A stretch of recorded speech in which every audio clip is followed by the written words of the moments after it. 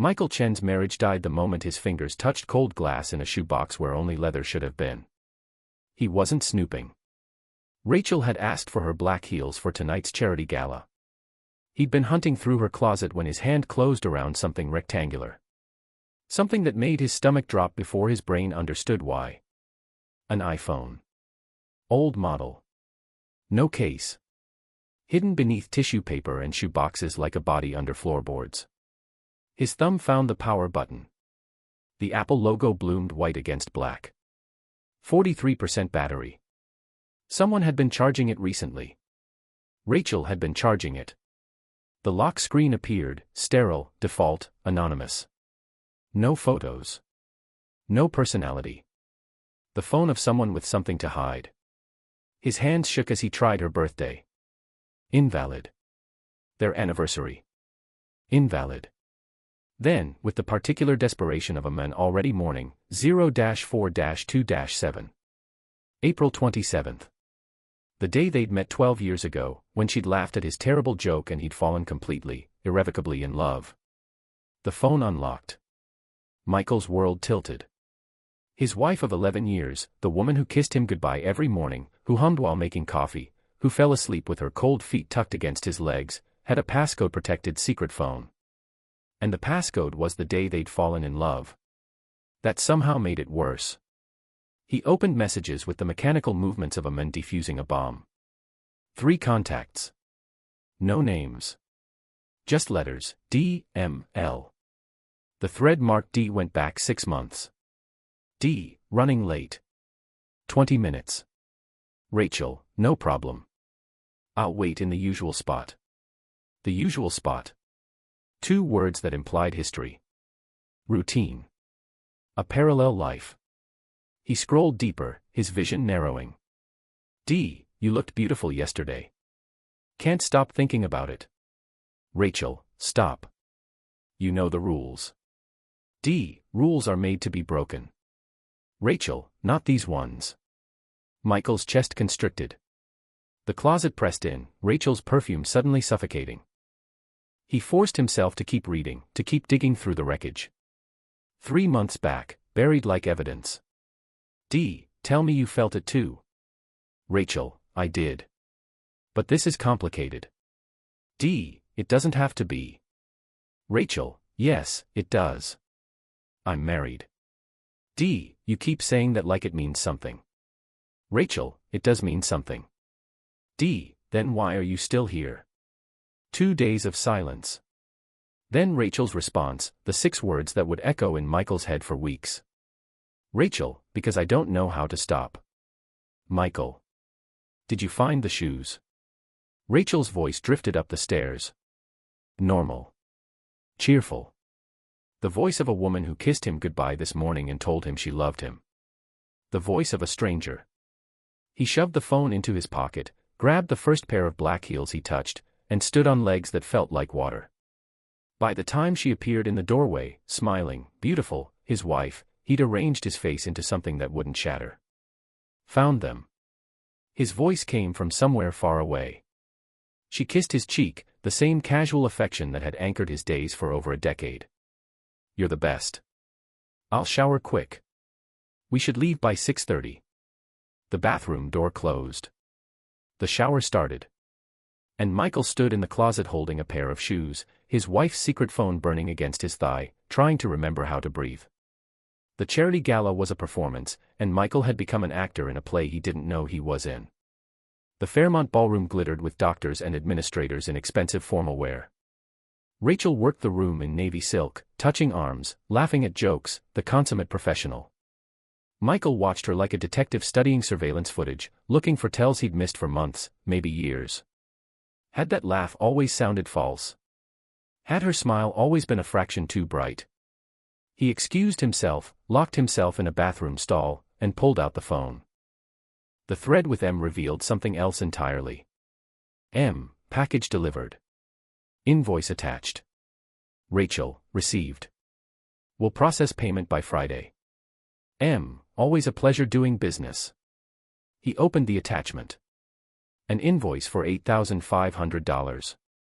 Line item, consulting services rendered, March 2024. Company name, Meridian Solutions LLC. Michael Googled it. Nothing. No website, no registration, no trace. A ghost company. The third contact, L, had sent just 5 messages, all from the past week. The last one was from this morning. L, how much does he know? Rachel, nothing. He suspects nothing. This morning. While Rachel kissed him goodbye and told him she loved him and reminded him about tonight's gala.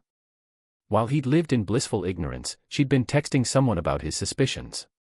Except he hadn't had suspicions. Not until 3 hours ago. What does she think I know? When he returned to the ballroom, Rachel stood beside a tall man in an expensive suit. Silver at the temples. Confident smile. Money or power or both radiating from him like cologne. Rachel was laughing, leaning in, her body language open in a way that made Michael's stomach turn. The man extended his hand as Michael approached. You must be Michael. David Sinclair. I work with Rachel on the hospital fundraising committee. David. D. Michael shook his hand, felt the expensive watch, the firm grip. Nice to meet you. Your wife is doing incredible work with the rehabilitation wing. We've been in meetings constantly the past few months. Tuesdays and Thursdays, Michael said flatly. Rachel's eyes flickered, just for a microsecond, something uncertain crossed her face before the professional smile returned. Among other days. It's been quite the project. David excused himself.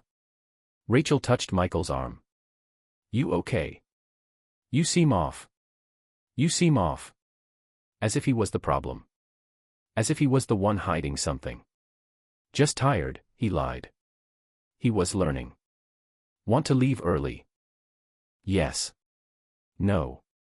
I want to rewind to yesterday when my biggest problem was whether to trim the hedges. Let's stay, he said. You worked hard on this. She squeezed his hand, grateful, and led him toward the bar. Michael didn't sleep. Couldn't sleep. He lay in the darkness beside his wife, listening to her peaceful breathing, watching the rise and fall of her chest. She looked innocent. She was innocent until proven guilty. That's what he kept telling himself, even as the evidence piled up like kindling waiting for a match. At 3 a.m., he gave up. Took the phone downstairs. Started digging. The photo library was nearly empty, just screenshots of addresses and parking codes. But the email app held hundreds of messages in an account he'd never seen, email protected. Most were mundane. Appointment confirmations. Meeting reminders. Then he found the others. An email from a law firm confirming a consultation. An email from a real estate agent. Hi Rachel, great news. The owners have accepted your offer on the condo. Rachel had bought a condo. With money that didn't come from their joint account. Money that didn't exist in any account Michael knew about. His wife was buying property in secret. Meeting with lawyers about asset protection. Conducting business through a company that didn't exist. Meeting a man named David twice a week. Michael opened the Maps app. Location history painted a damning picture. Elderwood Lane, 16 times in 6 months. Every Tuesday and Thursday. A financial district high-rise, first Friday of every month for a year. A Capitol Hill apartment building, 3 times in 2 weeks. A Bellevue storage facility, twice last month. He was looking at a map of a stranger's life. His wife's secret life. Running parallel to their marriage like train tracks that had slowly, silently diverged. The sky lightened from black to gray. Rachel would wake soon. Make pancakes. Hum in the kitchen. Perform the role of loving wife. And Michael would perform right back, because he learned something crucial in the past 12 hours. The best way to catch a liar is to become one yourself. By Sunday evening, Michael had hired a private investigator. Sandra Moss met him at a coffee shop across town. 50s, sharp suit, the tired eyes of someone who'd seen every variation of human betrayal. I need you to follow my wife, Michael said. The words felt surreal. Like dialogue from a movie about someone else's life. Sandra took notes without judgment. How long have you suspected? 2 days. Her eyebrow raised. 2 days. He explained about the phone, the messages, the ghost company, the secret condo. Sandra's pen moved steadily across her notepad. Mr. Chen, in my experience, when someone maintains a hidden phone and secret finances, it's one of 3 things: an affair, criminal activity, or they're planning to leave. She looked up. Sometimes all 3. Michael's hands were shaking. What do I do? Stay calm. Maintain routine. Don't confront her until we have the full picture. If you spook her now, you may never get the truth. Monday was ordinary. Tuesday was revelatory. Sandra's text came at 2:17 p.m., subject left clinic early. Driving toward Elderwood Lane. Michael's heart hammered. This was it. The house. The Tuesday appointment. Subject entered 1847 Elderwood Lane. No one else observed. Waiting. 1 hour passed. 2. Michael paced his office like a caged animal, imagining scenarios that ranged from heartbreaking to absurd. At 4:47 p.m., subject exiting with unknown male, late 40s, matches description of David Sinclair. Body language suggests familiarity but not romantic intimacy. Subject left alone. Not romantic intimacy. What the hell did that mean? What happened in that house for 2.5 hours that required this level of secrecy but wasn't an affair? Next message, following subject to financial district. Michael grabbed his keys. He found Sandra's car parked across from a glass high-rise. She didn't look surprised when he slid into the passenger seat. You're supposed to stay home. I couldn't. His voice cracked. Where is she? 15th floor. She entered 22 minutes ago. Sandra's phone buzzed. She read, frowned. The 15th floor is occupied by Westbrook and Associates. They specialize in estate planning and asset protection. Asset protection from what? Sandra turned to him, sympathy softening her professional mask. Could be divorce prep. Could be estate planning. Could be something else entirely. But people don't hide meetings with asset protection lawyers unless they're planning something significant. The building's doors revolved. Rachel emerged, carrying a leather folder, walking with purpose. They followed her to Capitol Hill, watched her meet a young blonde woman outside an apartment building. Rachel handed the woman an envelope. They hugged, a long embrace that spoke of intimacy, of history. Who is she? Michael whispered. Sandra raised her camera.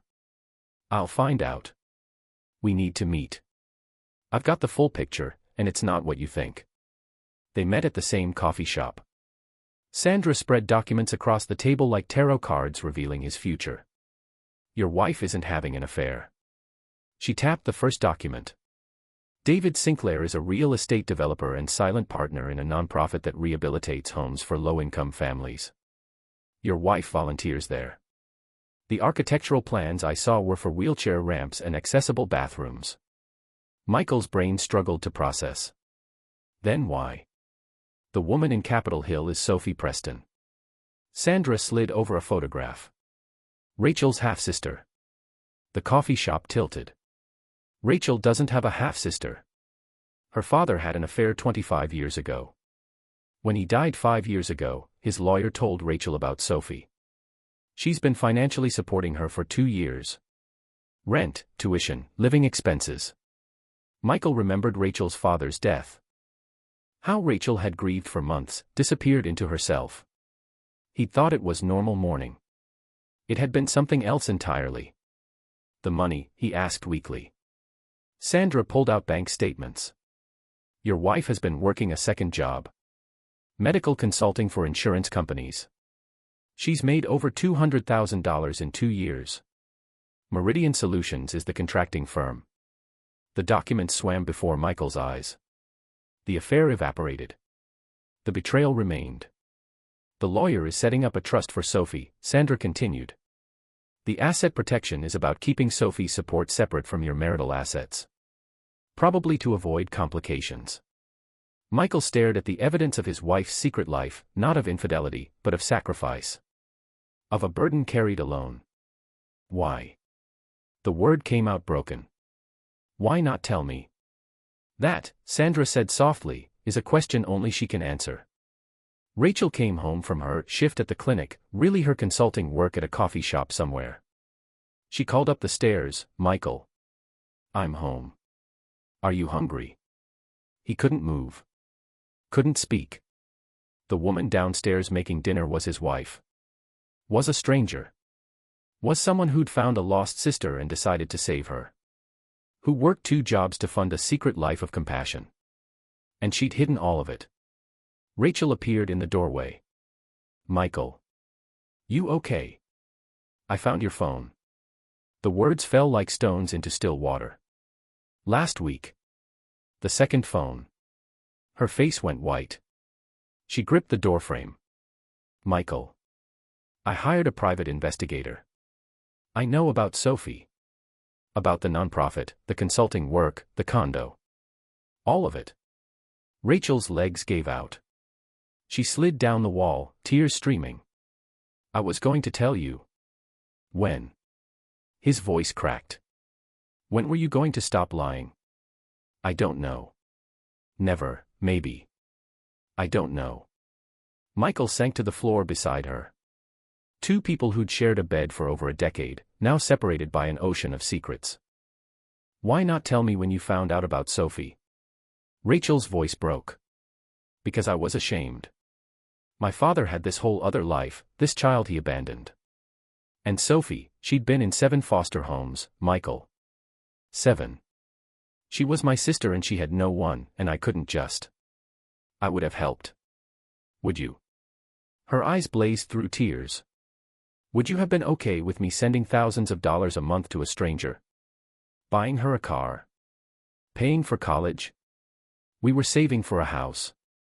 You wanted to start trying for kids. And I looked at our finances and knew there wasn't room for both. So I made a choice. To lie to me. To protect you from an impossible decision. Her voice dropped to a whisper. I love you, Michael. I didn't want you to resent Sophie. Didn't want you to resent me. So I found a way to do both. And you never had to know. Michael felt something crack open inside him, not anger, but a deep, aching sadness. You should have trusted me. I know. We're supposed to be partners. You don't protect me from hard decisions. We make them together. I know. She was sobbing. I'm sorry. I was terrified you'd make me choose. He reached for her hand. She gripped it like a lifeline.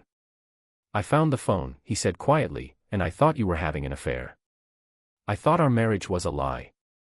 No. God, no. I love you. That was never. But you were lying. Every Tuesday and Thursday. Every weekend you snuck away. You were performing the role of the wife who had everything under control. She didn't deny it. Couldn't. They sat in silence, holding hands across a divide neither knew how to cross. Finally, I want to meet her. Sophie. I want to understand. Rachel nodded through tears. Okay. And no more lies. No more secret phones. We figure this out together, or we don't figure it out at all. I don't know if I can afford. Then we both do the consulting work. Or we adjust our budget. Or we sell the house. But we decide together. Rachel collapsed against him. Michael held his wife, this woman who was both stranger and soulmate, and understood something crucial. Betrayal isn't always cruelty. Sometimes it's fear. Fear of being too much, of asking too much, of failing someone you love. Sometimes love means staying through the wreckage and building something honest from the ruins. 12 months later. Michael sat across from Sophie Preston in a coffee shop. She fidgeted with her cup, glancing at Rachel nervously. Thank you for meeting me, Michael said. Sophie managed a smile. Rachel talks about you constantly. They talked for 2 hours. About her classes, her job at a bookstore, her plans to study social work. Michael understood why Rachel had done what she'd done. Sophie was bright and funny and utterly alone except for the half-sister who'd refused to let her fall. When they parted, Sophie hugged Rachel, then hesitantly hugged Michael. Thank you, she whispered. For not hating me. I could never hate you, Michael said. Your family. The marriage counseling was painful. Rachel learned to ask for help. Michael learned that trust isn't binary, that you could be hurt and still choose someone, be betrayed and still find a path forward. They sold the big house they'd been saving for. Used the difference to establish Sophie's trust and fund Rachel's nonprofit work. Michael cut back his hours to help with the consulting business they now ran together. It wasn't the life they'd planned. But it was honest. 1 year after Michael found the phone, Rachel came home with news: Sophie had been accepted to the University of Washington's social work program. Full scholarship. She's going to be okay, Rachel cried. We actually did it. Michael held his wife, this woman who'd carried too much alone, and felt something settle. Not forgiveness. That had come months ago, slowly, painfully. Not even trust, still being rebuilt piece by piece. Just presence. Two people who'd failed each other and stayed anyway.